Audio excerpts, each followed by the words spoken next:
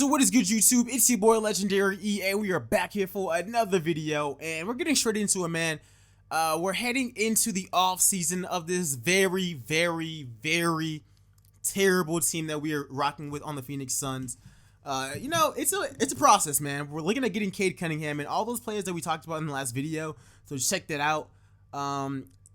Devin Booker broke his foot, which really hurt us, but it did help our tanking efforts a lot. I do plan on making a lot of moves in this episode. I'm not gonna lie, a lot of moves. So if you guys enjoy it, like it up, and of course subscribe. Of course, on the channel we do this. We post the NBA videos. We do a bunch of things. So if you guys are rocking with the content, let me know in the comment section below. But like I said, bro, we are here. I mean, the team is very bad. Like, I'm not even gonna hold it back. I do think that possibly with us getting Cade, because point guard is the most important position, if we can manage to get Cade, that would help us possibly be a playoff team next season. Because I do plan on making some moves in free agency, but we're just have to go ahead and see how that goes. It'll be very good for us to not be winning games here. We're gonna see how Obi does. Last time we checked, he was not doing all that well, and of course, Kenny Atkinson doesn't necessarily fit the kind of play that I eventually want to play to win. I think that we're a 7-second kind of team, fast pace, a lot of shots. I think that we can play really well in transition. Kenny Atkinson necessarily isn't. He's not necessarily that, but we'll see how the roster looks by the end of free agency. If it looks good, we might be bringing in, a bigger name coach. But let's see how we're finishing this thing off. L, please. Good. 22 wins. Giannis looks like he's the MVP. Anthony Edwards is Rookie of the Year. Dennis Schroeder, 6th Man of the Year. Kawhi, Defensive Player of the Year. Kristaps, Most Improved. All that makes sense. I know we don't have any Suns here. Obi is our rookie second team, and he goes up to an 80 overall. James Wiseman, he was in the running for Rookie of the Year. I don't know how he made the second team. At one point, he was in the running. I don't know. It's all guards. It's probably all right. He got a shot because D-Lo tore his ACL. But hey, bro, how we looking? Right behind the Pistons, man. And I'm willing to make a big trade because, like I said, man, if we get that point guard right, we're gonna be a great team. But I need to be able to get Cade or Jalen Green. I would prefer Cade because I don't want to add in another shooting guard. Even if Booker or him can play point guard, I would prefer to actually get Cade because he's 6'8", and that'll just give us like an OD person at point, but we'll see how that goes. Are the Clippers going to go back-to-back? Are the Clippers going to go back-to-back? Are the Clippers going to go back-to-back?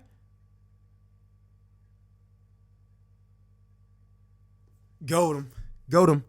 Goat him. Kawhi, goat him. Top 50. At this point, he might be a top 10 player. Like, I know that you guys don't want to say it, but 4 championships, bring them to the Raptors and Clippers twice. That feat alone is actually really incredible. So Obi's points per game actually went up to 16. Not bad. And Book is actually back now. Yeah, he missed a lot. He missed half the season, bro. But we're going to see what we can do here. League meetings. Yeah, how about you leave that alone, my guy? Leave that alone, my G. Okay, yeah, leave everything alone, actually. But what are we looking at? The second overall pick. Don't play me. We have the second overall pick. So that's something that I can work with. Like I said, man, we're gonna rock with Kenny for right now. All right. Let's get into. Actually, hold on. I do want a new trainer. Yeah, I do want a new trainer though. Everything else, I'm actually very happy with. Got a brand new trainer in there. Pre-draft workouts. Who they got us taking? They got us taking Jalen Green. So we have options. If the Pistons make a dumb move, we have the option to even trade down. So like, I really like this position because if they do something stupid, all it does is help us. I'm not gonna draft Jonathan Kuminga because he can't shoot at all. But I mean, he still comes to our workout. He's the youngest one in the entire draft. And I don't necessarily need Evan Mobley either. But all of them can come to the workout, my guy. But getting straight into the NBA draft, of course, the goal is to get Cade Cunningham. But of course, the Pistons ruined the entire thing.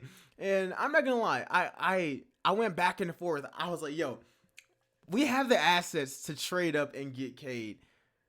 Do we do that though? Because I do think that Jalen Green has. I think that he's gonna be insane as well. So like, what do I want to do here? I think a realistic trade for somebody like Cade will probably take this pick and and probably next year's pick as well, protected, and maybe even some more. In the end, I decided, you know what, Jalen Green is not a prospect that I need to trade away. Like he's an insanely good prospect, and yes, Cade is a 6'8" point. We know all of this, but in the end, I don't think it's really worth it for me to do all that. So after Cade and Jalen, it was Kuminga, Johnson. The Warriors took Jalen Suggs when they could have got Evan Mobley, which I think is actually insane. They could have got Mobley, they could have got Zaire Williams, they could have got Greg Brown. Like they had so many options to replace Draymond. They take a point guard. Yes, he's gonna be great off the bench, but that still ain't it. If you ask me. Regardless, I'm still happy with our pick.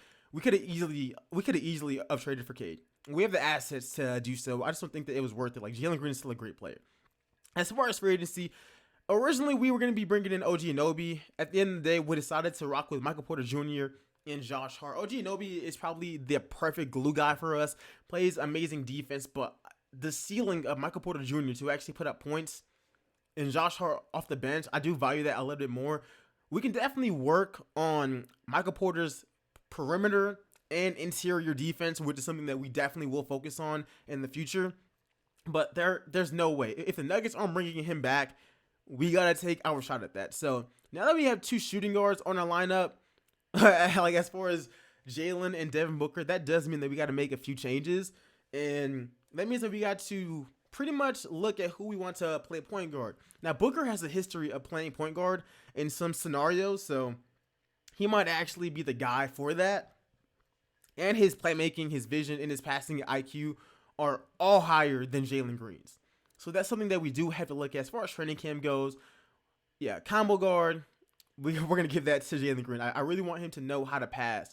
The same thing for Devin Booker. Let's get him up to actually become a really legitimate point guard. And I do think that with this lineup, it could work. I really hope it works. Like, that's the thing. I really, really hope it actually works. Power rankings got us way down there at like 23. And we are obviously a rebuilding team. But the lineup, nah, bro. Booker's running the point. And we're going to be starting our second overall pick. We also do decide to bring in Sharif O'Neal. He's going to be cooling in the G League the entire season. That's just because why not? Like, we honestly might as well do that. He has some upside. Might as well use that to our advantage. Let him develop in the G League. But the lineup, definitely going to be Booker starting at point guard. Shooting guard is going to be the second overall pick in Jalen Green because, you know, why would we not do that? So we actually go through and we look at some of the overalls just to see who would be a better point guard. Because Jalen Green, his playmaking it's a high, but Booker's is an A. So that's something that we do got to look at. And I think that it could work. Obi Toppin is great for us. DeAndre Ayton is great for us. Looks like we're going to have a really, really good lineup. And Ricky Rubio and Josh Hart off the bench with Mikal Bridges is nice as well. Like, those guys can all get buckets, play defense, and that's what we honestly like. So the bench, Rubio, Shrub, Josh Hart, Cam, Killer Cam, or Mikal, play some small ball there. But that's actually what the lineup is going to be. That's what we're going to be rocking with. I really do hope you guys enjoyed this video. Next episode, we will be doing the season opener. Like I said, I'm not expecting a lot from this team. We're still really, really young. But I do think that this team has been developing. It has a lot of upside. And this is really a project. Like, we're going to see how this whole thing with Devin Booker works out. Because it could go well. Or it could go very, very, very, very bad. So we're just going to have to just go ahead and wait and see how this thing actually works out. Hopefully we're a good team. Hopefully Booker passes the ball and this entire thing works out. We're taking on the Warriors in the opener. They could have had a front court, James Wiseman and Evan Mobley.